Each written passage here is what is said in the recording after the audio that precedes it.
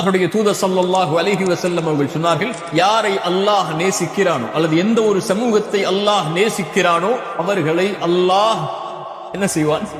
சோதிப்பான்.